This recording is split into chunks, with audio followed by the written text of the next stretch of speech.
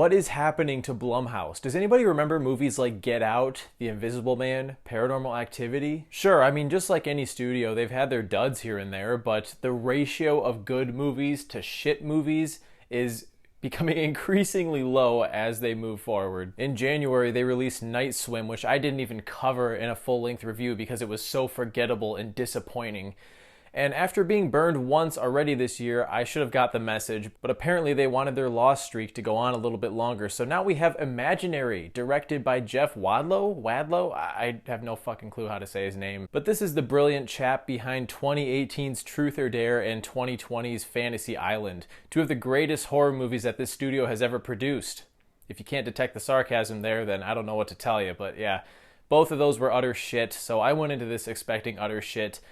I'll say this, it's not his worst film. In fact, of those three that I've seen, it's probably the best. It has the most imagination, but ironically, considering the title of the film, it doesn't have enough to really stand out. Like a lot of the tame, cliche horror movies we get nowadays, it's rated PG-13, so it's mostly bloodless. The story follows DeWanda Wise as Jessica, I think the character's name is. Her and her husband, played by Tom Payne, move into her old childhood home with her stepdaughters. The younger daughter, Alice, finds a suspiciously placed teddy bear in the basement, and just like the plot of about 90% of these schlocky shit shows, this child slowly befriends this stuffed animal, and its intentions become more sinister as the plot goes on. Look, I understand it's kind of hard to be completely original when it comes to some of this stuff, but my god, did this movie have every single boring cliche in the books, especially in the first half.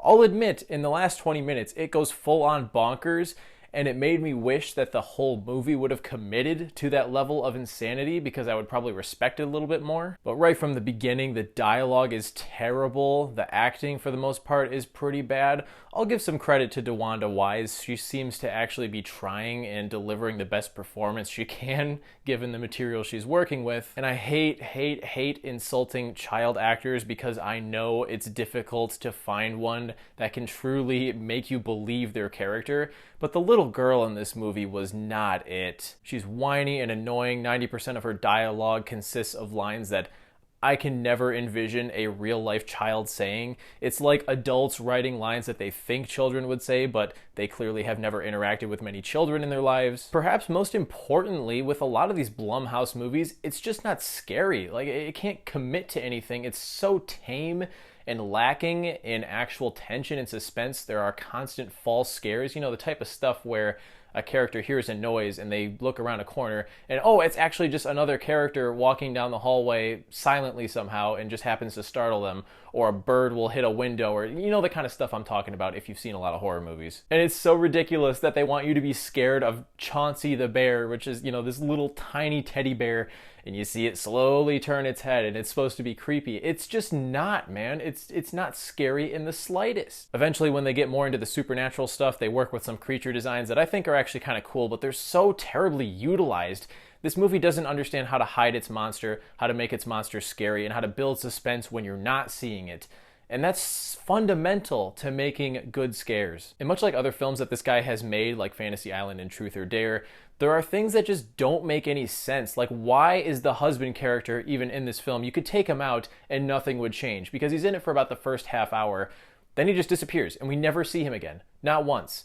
Now, they do say, you know, he's going on a business trip or something, but it begs the question of why he eats up so much screen time up until that point, because he serves no purpose. There's also an obnoxious love interest type character for the older daughter that eventually comes into the picture, and I was kind of hoping he would bite it because he was annoying the shit out of me. Mild spoilers here, I guess. He doesn't bite it. In fact, he never comes into play again. All these things that are introduced, and it's like, why are they here at all? You could just shave some runtime off of this, if anything. I really want to spoil things and talk about the third act, but I want to stick to my integrity and be consistent and not talk spoilers because that's just how I do things when I make reviews for new releases.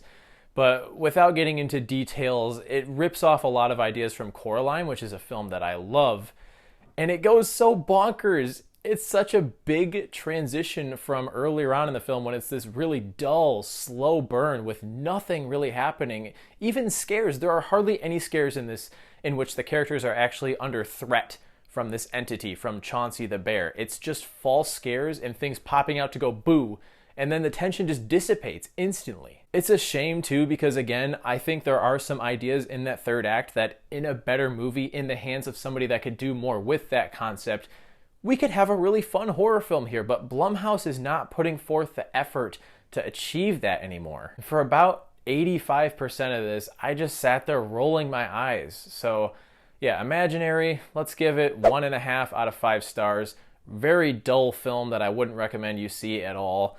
How does it compare to Night Swim? It's on the same level, really. I wouldn't say it's much better, and I wouldn't say it's much worse either. So there you have it, guys. That is my review of Imaginary from Blumhouse. Cinema is dead. I hate everything. I'm kidding, of course. Dune Part 2 is out right now. Please, save your money for that instead. Don't watch this crap. Don't give Blumhouse the incentive to let this guy make another shit show. However, if you go against my advice and see it, I'm happy to hear what you think of it down in the comments. As always, be sure to hit that like button and subscribe if you want to see more content like this, and I'll catch you guys in the next one. See you later.